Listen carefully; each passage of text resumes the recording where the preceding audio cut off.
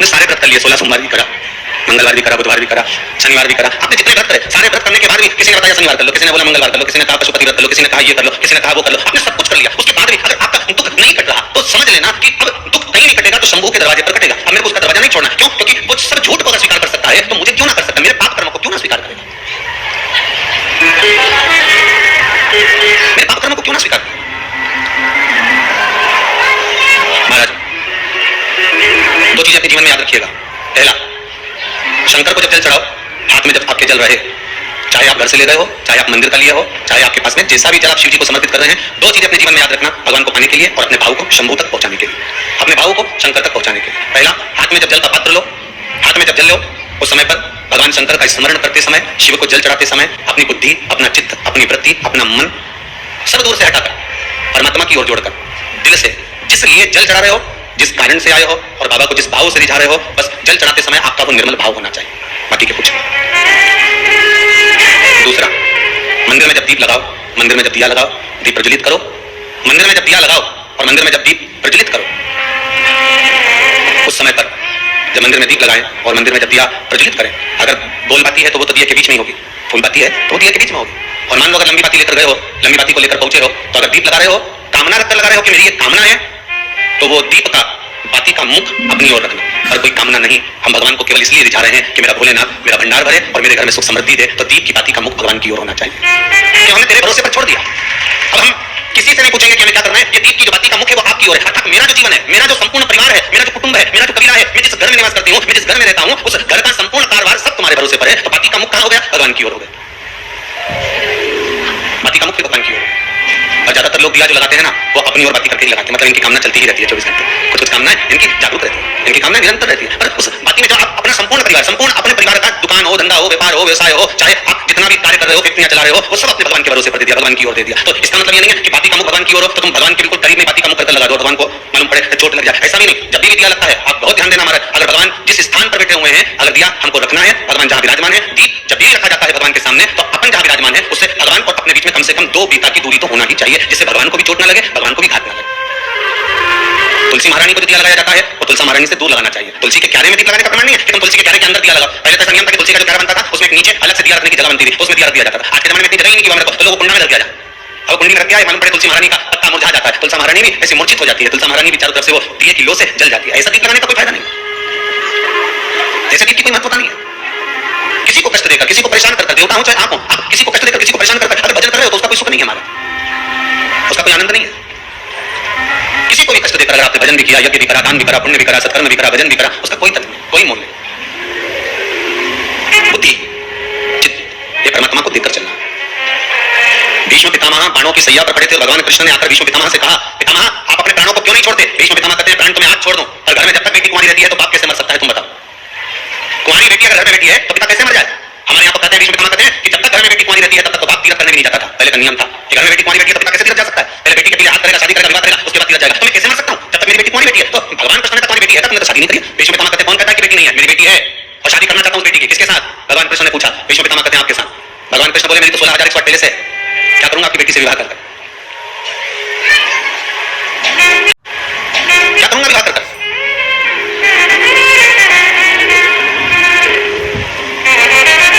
अगर 16,108 आपके पास में है ना तो एक बेटी और रख लो, हमारी बेटी एक और रख लो। बड़ी बड़ी समझने वाली कथा है। जब 16,108 भगवान कृष्ण के पास में है तो एक और देने की जरूरत क्या थी? ये वो प्रश्न है जो आपके जीवन में हर पल आपको सताता है। जब इसके घर में 4 व्हीलर 4 गाड़ियां थी, इसकी 2 3 दुकानें चल रही है, तो भगवान इसको क्यों इतना दिया जा रहा है? ये हमारा प्रश्न है। वो प्रश्न का उत्तर यहाँ भगवान भी ऐसा है कि भरे हुए तो भरते जाता। बोलो सही है गलत है? ये कई लोगों का प्रश्न है कि गुरुजी भगवान को तो देखो, जब उसके यहाँ देना तो देते ही जाता, बेचारा गरीब बड़े के घर में लड़की हो गई और बस सेठ के घर में लड़का हो गया, लड़की उधर हो जाती, लड़का इधर हो जाता।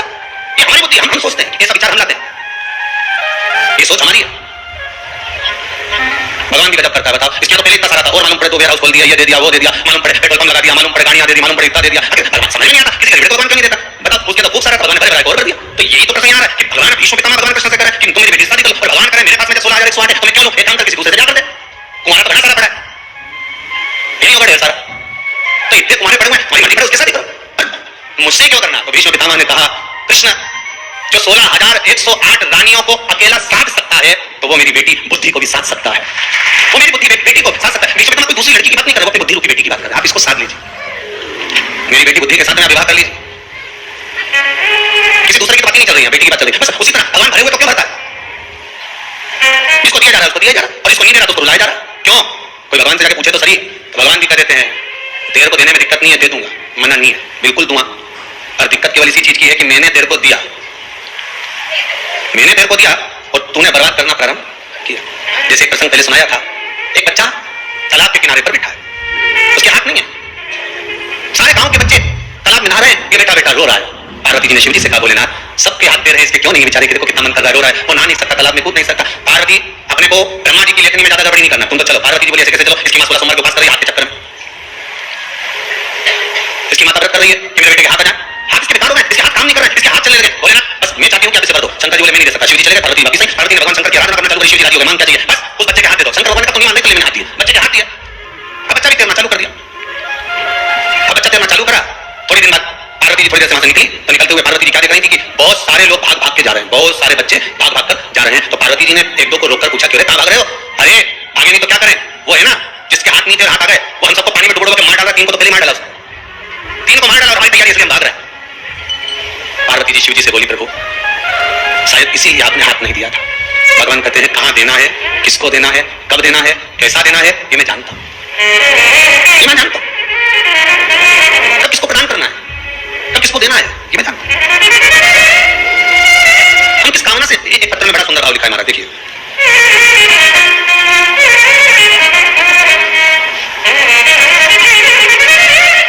इंदौर राजेश सिंह जी राठौर, निपानिया विजयनगर इंदौर से आए। इन्होंने पत्र में लिखा है, आज 3 महीने के अंदर हम पुनः यहाँ आए। पहली बार आए थे तब हमने बाबा से कुछ नहीं मांगा था, ना हमने कामना करी थी, और इस बार हम विशेष कामना कर आए। हमारी कामना केवल एक ही है कि देवादिदेव महादेव कुबेर भंडारी से बस इतनी सी प्रार्थना है कि शिव महापुराण की कथा 2 साल के अंदर अंदर में भी करा लो, बस उस कामना को लेकर कामना है। और इसने एक कथा के चक्कर में सब कुछ मांग लिया, बोलो सही है कि गलत है? कथा कब होती है?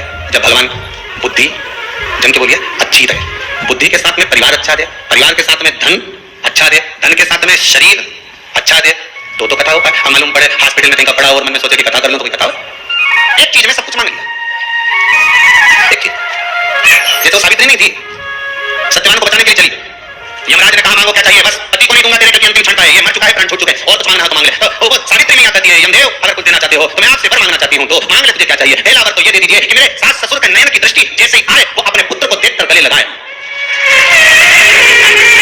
और दूसरा वर ये मांगना चाहती हूँ कि मेरा गर्भ जब ठहरे उससे पुत्र प्रकट हो, और वो पुत्र मेरे गर्भ से जो जन्म ले वो मेरे पति के द्वारा दिया हुआ हो। यमराज मुस्कुराकर हंसने लगा, अच्छा हुआ तूने तेरे पति के प्राण नहीं मांगे, तथास्तु जा, तथास्तु जा। और सावित्री फिर पीछे चली। यमराज ने कहा दे दिया, काय को पीछे आ रही है? भगवान सावित्री माता ने कहा अगर आप इस सत्यवान को ले जाओगे, इनको ले गए, फिर अगर आप इनको लेकर चले जाओगे तो माँ बाप नेत्र खोल के दर्शन कैसे करेंगे, और अगर आप इनको ले जाओगे तो मेरे गर्भ में संतान कैसे आएगी? यमराज ने भी हाथ जोड़ लिए सावित्री के, तेरे बराबर कोई मांग नहीं सकता। इसलिए मैं जानता हूं कि पुरुषों को मांगना नहीं आता, माता ऐसी घुमा फिरा के मांगती है कि राम इनके वचन, जब ब्याह शादी होता है ना, शादी होता है ना, शादी में उनके वचन देखना, बेचारे लड़के के 5 वचन रहे शादी में, और लड़की के जमकर बोलो, मतलब तुम सबको मालूम है लड़की के 7 वचन, और 7 वचन में लड़की ने क्या क्या मांगा है? पहला वचन, जो भी कमा कर लाओगे उसको मुझे बताओगे। मतलब ये जो वचन लिखे गए ना, बड़ा सोच समझ के लिखे गए। एक बार हम किताब पढ़ रहे थे, उसमें हमने पढ़ा था कि मच्छर कभी किसी व्यक्ति को नहीं काटता। कौन? जिनके बोलिए, मच्छर कभी किसी व्यक्ति को नहीं काटता। मच्छर की जो पत्नी होती है, मादा मच्छर, वो काटती है और कोई खून चूसती है। अच्छा तुम भी पढ़ लेना, किसी किताब में पढ़ना, पहले नेट पे सर्च कर लेना कि मच्छर खून चूसता है, मच्छर काटता है क्या? मच्छर का बापरे की हिम्मत ही नहीं काटती, मच्छर ने धमका के काटे। वो तो मादा मच्छर जो होती है ना, इसको मच्छर की वाइफ कह सकते हैं, मच्छर की पत्नी, मादा मच्छर जो होती है ना, वो काटती है। अच्छा बेचारे ये 5 जो वचन पति ने मांगे, इसमें तो कुछ भी नहीं था, एकदम खाली खाली खा ले। परंतु जो माताओं ने मांगे थे ना 7 वचन, और तुम जो कमाते लाओगे मुझे बताओगे, पति वाला हो, कोई बात नहीं, बता देंगे, अपने नहीं करना, ठीक है। मेरे माता पिता का सम्मान करना, आओ। अब जब वो वचन में बोल रही है कि मेरे माँ बाप का सम्मान करना, तो 5 वचन में से एक वचन पंडित जी से निवेदन है, कम कर तू भी बोल दे कि तू इसके माँ बाप का सम्मान करना। वचन तो वचन है, जब वो तुम्हारे माँ बाप का सम्मान करने को तैयार है, पापा मम्मी के खातिर है, ये मेरे मम्मी पापा है, मेरे धर्मपत्नी के माता पिता, वो तुम्हारे माँ बाप का सम्मान कर रहा है, तो एक वचन में एक वचन लड़के की ओर से होना चाहिए कि मैं तुम्हारे माँ बाप का सम्मान करूंगा, और मेरे माँ बाप का मान नहीं घटना चाहिए, सम्मान तुमको भी बराबर करना पड़ेगा, आदर तुम्हें भी बराबर करना पड़ेगा, सत्कार तुमको भी बराबर करना पड़ेगा। मना नहीं करता हूँ,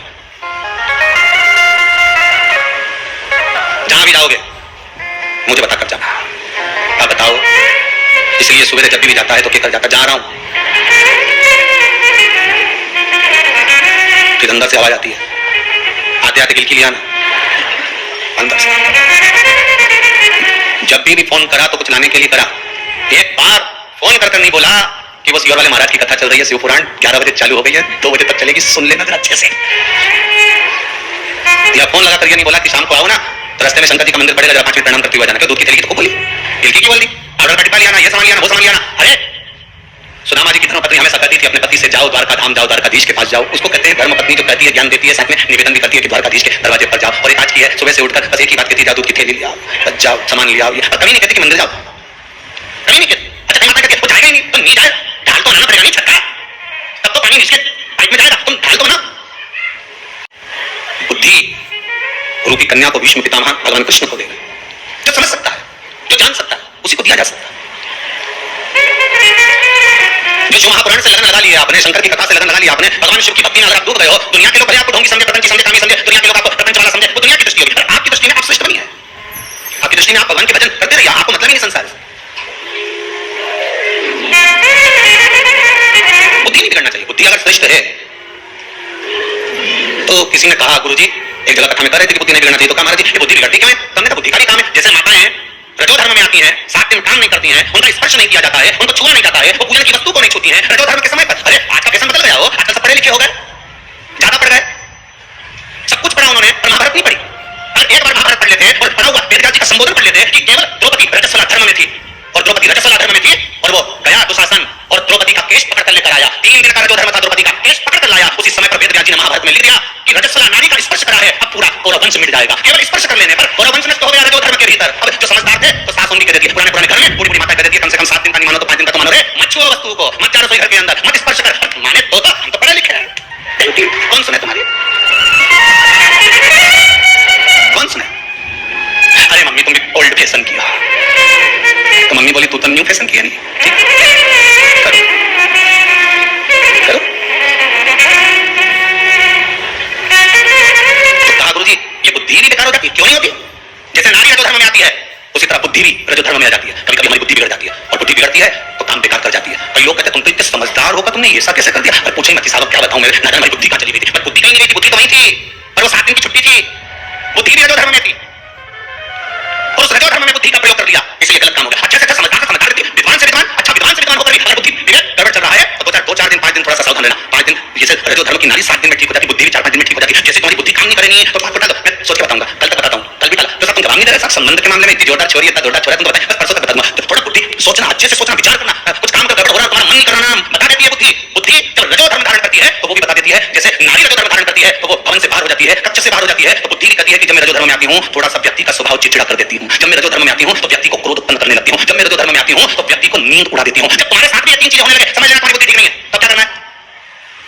रजोधर्म आने पर नारी क्या करती है? कोई वस्तु को छूती है नहीं, अकेली बैठी रहती है। बस बुद्धि का जब रजोधर्म आए तुम भी अकेले बैठकर श्री शिवाय नमस्तुभ्यम, श्री शिवाय नमस्तुभ्यम, श्री शिवाय नमस्तुभ्यम। ये किसी का फोन है, सब जवाब नहीं दे रहा। बस कल मैं विचार कर लूं, सबसे बताता हूं। फिर कल फोन आएगा, मतलब जो बुद्धि गलत काम करने वाली रहती है ना तो वो जान करके ऊपर ऊपर की बात आती है, ले कर ले ऐसा। अरे 5 लाख का काम है, इसमें कमाई है, सिग्नेचर तो कर। बस बुद्धि गड़बड़ चले नहीं, मन गवारा नहीं करे, चिड़चिड़ हो रहा हो, क्रोध आ रहा हो और ये मन में जाए तो 3 चीजें सामने नजर आ जाए तो सोचना भी थोड़ा रुक करूंगा, रुक जा। फिर फोन करेगा, क्यों साहब कर दिया क्या? सिग्नेचर हो गया? बस अभी थोड़ा विचार कर लो, सौदा चल जाएगा। इतना जोरदार सौदा नहीं मिलेगा, बस 2 दिन और रुक बताता हूं। बताने 5 दिन निकाल दे, फिर ठंडे दिमाग में जब मन में बहुत प्रसन्नता हो, अच्छा लगने लगे, समझ लेना कि बुद्धि ठीक हो गई है। तब निर्णय पर पहुंचना, रिजल्ट सही आ जाएगा, सामने प्रस्तुत हो जाएगा। बुद्धि तो जब क्रोध आए, जब चिड़चिड़ प्रवृत्ति आ जाए, तब समझ लेना कि बुद्धि काम नहीं कर रही, मतलब ये रजोधर्म से होगा। अब हम इसको थोड़ी देर के लिए एकांत छोड़ना, छोड़ दो और उसको भजन करना। इस बुद्धि को जितना भजन में लगाओगे ना, देखो बुद्धि बिगड़ी किसकी बिगड़ी? बुद्धि बिगड़ी किसकी? भीष्म पितामह ने दुर्योधन के घर पान खाया, जैसा खाया अन्न वैसा हो गया मन। बलराम जी ने दुर्योधन के घर पान खाया और वो अन्न का असर कहां दिखा? श्री बलराम जी के पास में सूचना आई कि नैमिषारण्य में 88,000 ऋषियों के साथ में श्री सूत जी महाराज कथा कर रहे हैं और बलराम जी उस कथा में पहुंच गए। बलराम जी कथा में पहुंच गए और बलराम जी जब कथा में पहुंचने के बाद बलराम जी तो बस और देखे ना और सीधे सूत जी के पास में जाके जोत चढ़ा और कथा वाचने वाले सूत जी कोई हाहाकार मच गया चारों तरफ। 88,000 ऋषि उठकर खड़े हो गए, क्या कर दिया? कथा वाचने वाले श्री सूत जी महाराज का, श्री सूत जी महाराज का यह हाल। 88,000 ऋषि उठकर खड़े हो गए, पूरा ब्रह्मांड हिल गया, हाहाकार हो गया, पूरा नैमिषारण्य हिल गया। ये क्या कर दिया बलराम जी ने? इतने समझदार होकर, शेष जी के अवतार होकर, भगवान होकर ये क्या कर गए? आखिर हुआ कैसे? बलराम जी से पूछा आपने ऐसा क्यों करा, तो कि मैं आया तो सम्मान क्यों नहीं करा, मुझे माला क्यों नहीं पहनाई, स्थान क्यों नहीं दिया बैठने का, ये खुद बैठा रहा गादी पे, उठा क्यों नहीं।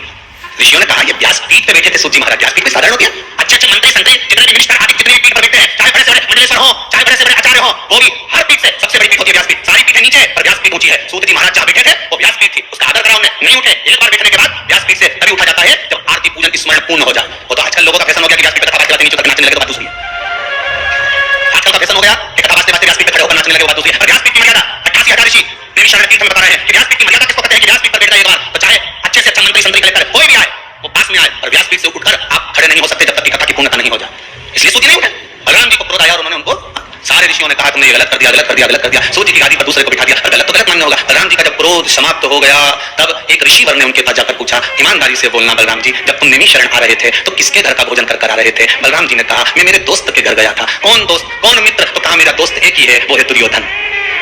किसके यहाँ, दुर्योधन। इसीलिए शायद भगवान कृष्ण दुर्योधन के मेवा त्यागे साग भी तुर घर खाई सबसे ऊंची प्रेम। इसलिए मेरा ठाकुर, इसलिए मेरा कन्हैया वहां नहीं गया, भले 56 भोग बनाए थे, पर किस काम के, अगर बुद्धि बदल गई तो इससे तो छिलका खा लो दादा। अपने घर की 2 रोटी खा लेना, पर आड़ी तेरी जगह का मत खाना री जीजियो। बड़े सोच के जाना, किसी की शादी ब्याह में भी जाऊं नहीं तो 50 बार विचार करके जाना, बेरू कैसा है, किस तरह से कमाया, इसने कहीं गलत करके तो नहीं कमाया, इसके पास जो धन आया वो गलत नहीं, उसके घर का मैं खाऊंगी, उसके ऐसी बुद्धि तो नहीं आ जाएगी। बड़ा सोचना पड़ेगा। बलराम जी महाराज दुर्योधन के घर से गए थे, भोजन कर रहे थे, इतना चिड़चिड़ हो गई, इतना क्रोध आ गया, जरा सा अहंकार सम्मुख में प्रकट हो गया और सब नष्ट हो गया। अन्न का असर बहुत जल्दी होता है। भोजन तो आप जब कुबेरेश्वर आएंगे ना तो पूरे मेन रोड पे, ये कुबेरेश्वर धाम तो थोड़ा सा अंदर है, पर मेन रोड पर पूरे इंदौर भोपाल रोड पे तो ढेर सारा ढाबा पड़ा है, होटल पड़ी, तुमको खाओ, कौन मना करे। और कुबेरेश्वर धाम में आने के बाद भले दाल पतली मिले, कड़ी में भजिया नहीं मिले, मान लो भले रोटी पूड़ी जो मिले, चावल दाल जो मिले, पर खाना वहां का जहां का खाकर जाओ तो पूरे रास्ते श्री शिवाय नमस्तुभ्यम गाते गाते जाओ, भले कैसा कैसा ही, पर उसका भाव दूसरा होता है, उसका रस्तत्व दूसरा होता है। महाराज गिरा बाबा के भजन एक लाइन आती बड़ी सुंदर कि 5 रुपए की 5 जलेबी, आप लोग भजन गाते हो, सुनाते हो गिरा जी के भजन में कि 5 रुपए की 5 जलेबी में तो रोड बैठ कर खाऊं मारा वीर, नहीं माने मेरे मनवा मैं तो गोवर्धन को जाऊं मारा वीर, नहीं माने। 5 रुपए की 5 जलेबी कहां बैठ के खाऊं, जम के बोले जरा रोड बैठ कर, मतलब रोड पे बैठ कर खाऊं, तो कहीं इसकी कुर्सी नहीं मिली या कहीं दूसरा होटला नहीं मिला, रोड बैठ कर, मतलब रोड पर क्यों, क्योंकि इस रोड की रज में मेरे गोवर्धन नाथ जी की चरणारविंद की रज भरी पड़ी होगी, जब मैं बैठ कर खाऊंगी, जलेबी चाशनी की है, हवा लगेगी, उसमें से रज उड़ेगी, जलेबी में चिपकेगी, वो मेरे भीतर जाएगी और मेरा कल्याण कर जाएगी। जब एक रज का टुकड़ा रजवासियों का कल्याण कर सकता है तो मेरा क्यों नहीं कर सकता। एक रज का टुकड़ा कल्याण कर जाए, मुझे सही जगह लगा। खाओ अन्न, जैसा खाया अन्न वैसा हो गया मन, जैसा पिया पानी वैसी हो गई वाणी, जैसा पिया दूध वैसा बन गया बुध। बुद्धि भी दूसरे रंग की, थैली का पियो थैली जैसे हो जाए, डब्बे का पियो तो गोल डब्बे जैसे, अब तो विवेक उसी तरह से काम करेगा। क्या क्या कैसा धारण कर रहा है आपके ऊपर।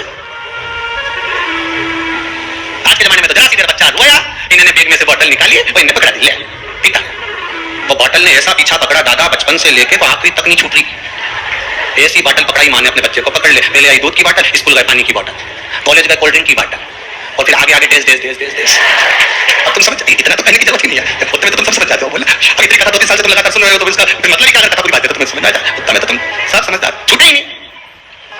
अब कई माता आके बोले आगे की छुड़वा दो, बहुत परेशान हम तो, ये कारण घना परेशान, एक ही छूट जाए नहीं। तो हमने कहा बताओ कि जब ये पैदा हुआ था तो ये दूध काय से पिलाया, चम्मच से कि बोतल से, कि बोतल से पिलाया, बताओ, बोतल तो नहीं पकड़ी, अब आखिरी तक छूटे कैसे।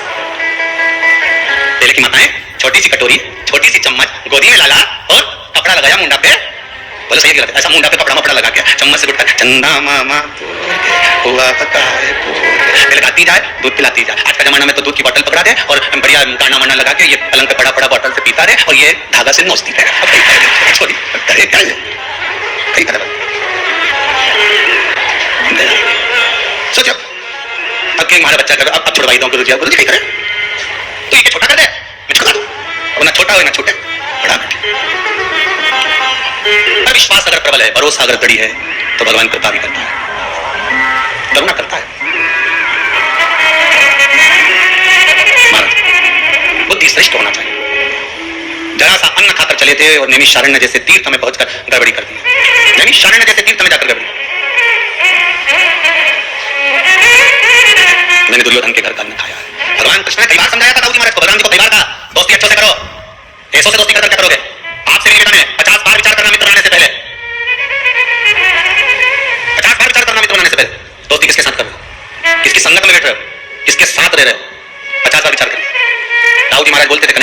तू नहीं जानता।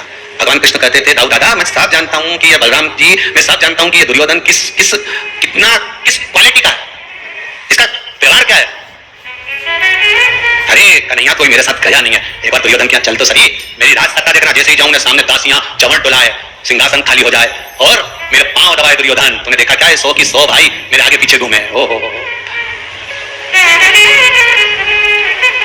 सब आगे पीछे घूमे, तुझे क्या मालूम। भगवान कृष्ण ने कहा ये तो चुनाव जैसा हाल है, चुनाव के टाइम पे भी तो सब आगे पीछे घूमे। काकी बोल तो नहीं कही, काकी के भेरू तक जिंदगी नहीं भूल सकती, क्या होता है इसको सब मालूम है। जब मैं जाति प्रमाण पत्र बनाने आई थी वहां 500 रुपया कहा तू, काकी बोलते नहीं, काकी नहीं बोलूं याद 6 साल चलेगा, तो चिंता मत करते मारे।